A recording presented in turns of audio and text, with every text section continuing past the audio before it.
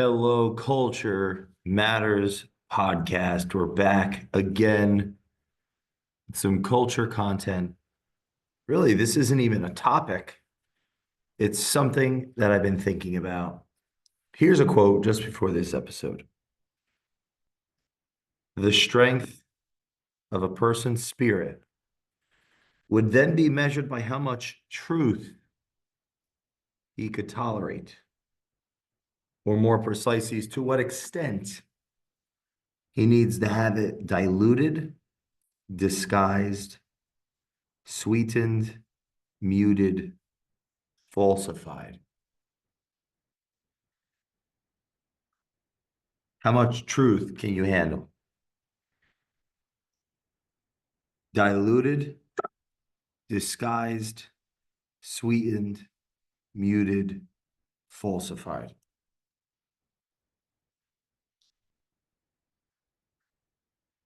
Let's say there's a binary. We focus on people,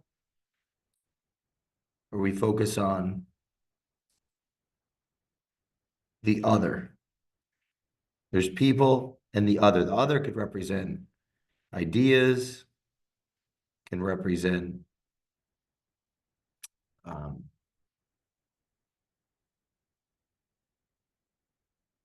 circumstances, can represent ultimately things, or things like, so in a noun, person, place, thing. Place, thing, the person or personhood of the individuals around a topic can easily become a fixation, as an avoidance of responsibility. If I'm a leader in a group by authority, I am ultimately accountable for the results. I will be looked at by my superiors, or I will be looked at the marketplace, at what's actually happening in the marketplace. I will be looked at by the board. I will be held accountable by forces out of my control, out of my ability to warp or bend the reality. I will be unable to warp or bend the reality. The reality will have a relationship with others that get to decide and participate in what is truth. I cannot control the narrative of what the truth is.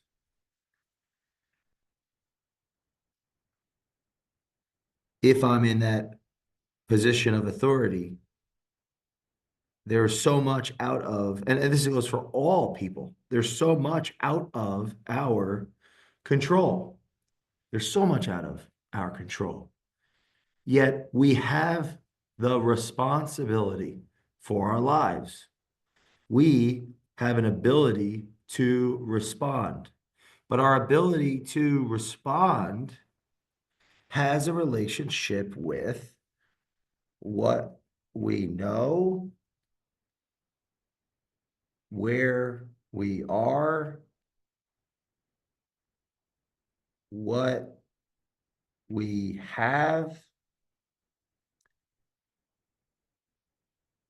where we are going,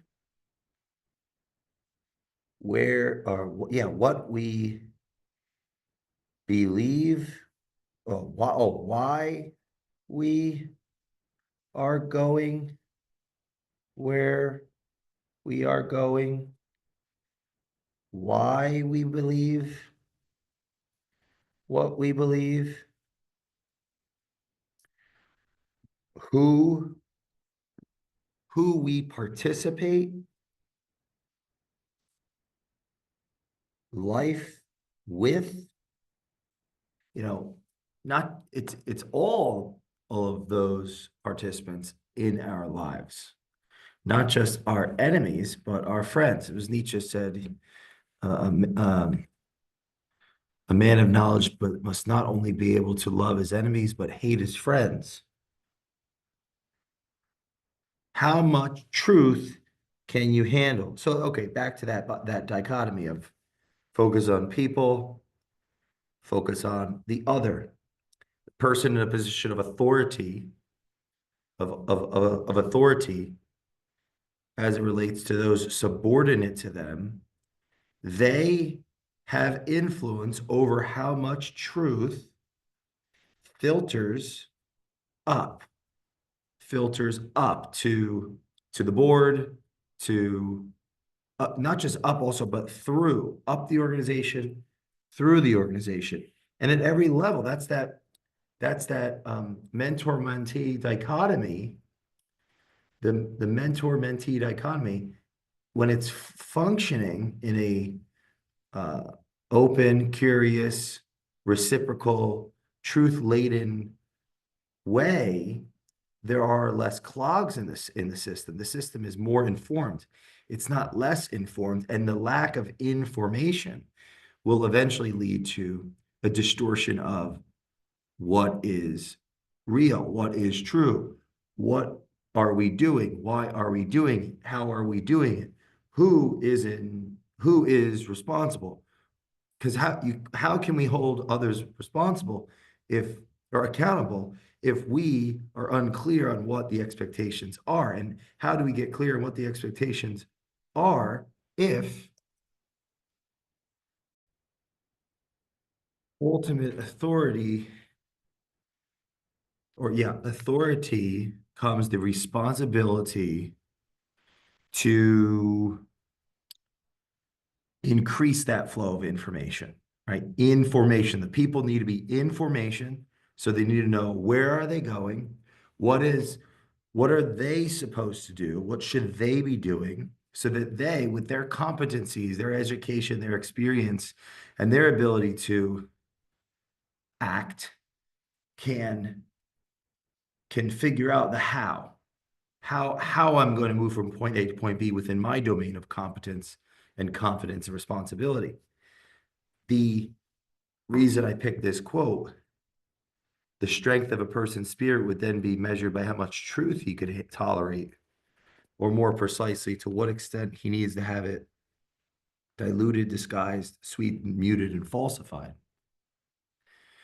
A weak leader, a weak, an insecure person in a position of authority will have a weak spirit. They will manifest a diluted or disguised, sweetened, muted, falsified dialogue in the meeting, in the organization. It will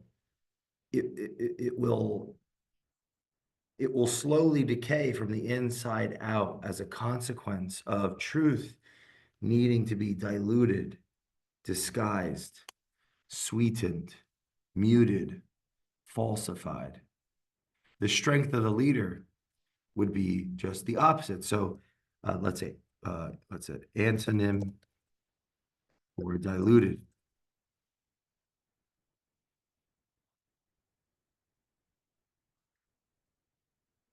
Well, obviously, if you're going to dilute, that's getting rid of. We need an abundance.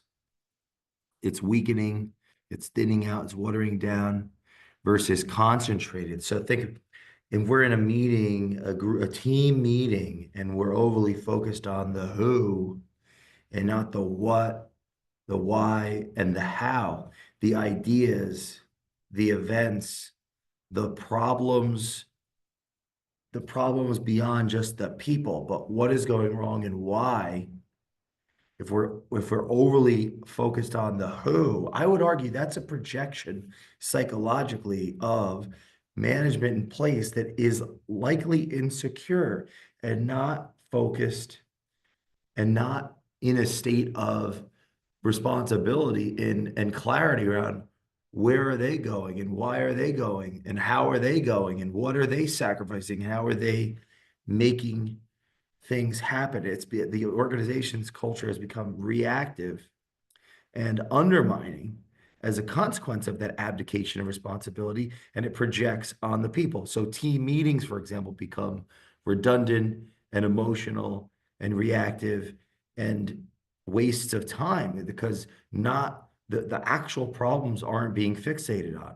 Everything's okay, nothing's wrong. Any truth that's brought up, any opposing viewpoint or any concerning thought or anything that creates angst, anxiety will lead to a reactionary, top-down, muting, uh, uh, muting or repercussion. So the opposite of diluted is concentrated. Right? So think about that. Concentrate. What is definition of concentrate? Concentrate. Focus one's attention or mental effort on a particular object or activity. Focus, direction, setup. So think about that. Dilute is spreading out. It's you have 5 people in a meeting. We need to concentrate on the problem, concentrate on the topic. Well, by concentrating on the problem, we have to look in the past, and it helps us navigate the future. Where are we going? Why are we going? We have to understand, where did we come from? What happened? You know, if it is okay, who's responsible? What happened? And that's where empathy comes in, compassion and reason and pragmatism. It's not just burn them down. It's innocent before proven guilty. Figure it out. But if it's guilty before proven innocent, this is my point. That's manifesting in your organization. Guilty before proven innocent, whether it's you or somebody you're subordinate to, they're acting from an insecure position of leadership. You know, the other is guilty before proven innocent. It's innocent before proven guilty. Let's get to the facts and let's figure it out and let's have the tough conversations direct with the person in a respectful way, not indirect in a gossip or triangular way. So concentration is focused, centered. So you have 5 people. Think about this. If each person in the room has an energy level of 100, 100 times 5 is 500 units of energy looking at this one topic. But if it's diluted, each person has 100 units of energy. That 100 isn't adding up. Maybe even the leader, the authority in the room is taking their energy and making it negative. It's negative now. It's negative 100. Now we could have negative 500 energy units in the room. You know, when it's the truth is diluted, or like one person's energy is 70, another person's energy is 20, another person's energy is their 100 plus the delta between the 70 and the 20, which is 80 and 30, which is 110 plus their 100. They have 210, so they're overcompensating. So this is like a math to like make a point here. It's like a metaphor. They're taking the energy of there's 5 people in the room, you know, let's say everybody's at 100 except 2 people. One, like I just said, one is at 30 or 20 and one is at 70. So 100 minus 20 is 80. 100 minus 70 is 30. The 80 plus the 30 is 110. Plus the other person that's 100, they're telling the truth. They're living in truth. You take their 100 plus the difference between the others, what they're lacking. Now they're taking all that in because the energy is staying in the room. They're at 210. The leader could be at negative 10. Everything that subordinate is saying is inverting. It's now negative. It's perceived as negative by the group because they're like the squeaky wheel. They're coming on. They're coming in hot. The leader makes it okay. Like the person in position of authority makes it okay for dissent.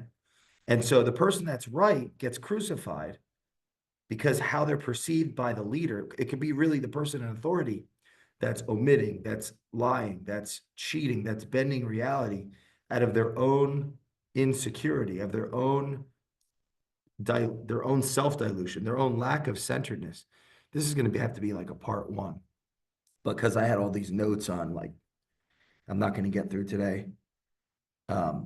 You know, you got to, oh my God, you got to live true through your values. You have to speak it with your vision. You have to be able to handle truth with integrity. That's the alignment of words, thoughts, and deeds. Or like deeds, thoughts, words up, and then words, thoughts, deeds down. You have to be able to relate to truth, which has a relationship with 1 through 3. Live it, speak it, handle it. And how do you relate to your adversary reveals that. How you relate to your adversary and how we relate to those closest to us and how we relate to those farthest from us in alignment reveal our level of the degree of truth we can handle as a human being, let alone an organization. The question I have for you is how much truth can you handle? Do you need it diluted or can you concentrate on the task at hand and what the real problems are and look past the drama and the politics and the people? Or are you the type of person that disguises it, or are you the type of person that reveals it? Do you need it sweetened to yourself and muted to yourself and come on easy to yourself? Or are you welcoming are you the type of person that's saying, what can I do better? How can I do it better? Where are my faults? And are you living up the next day with the behaviors necessary to be better, to act better, to live at a higher level of integrity? It's not just, stuck in a victim self-criticism, or, you're actually doing something about it. Or are you in the other extreme? It's never you're never at fault. It's always someone else's responsibility, you know, and it's the exact other extreme. That's not going to lead to an increased likelihood of information flowing through the system necessary to get results and necessary to create upward mobility for the people. That's going to stultify the gifted and attract the foolish. And ultimately, over time, there's going to be a loss of long-term shareholder value. So in closing, I would say, or ask you, how much truth can you handle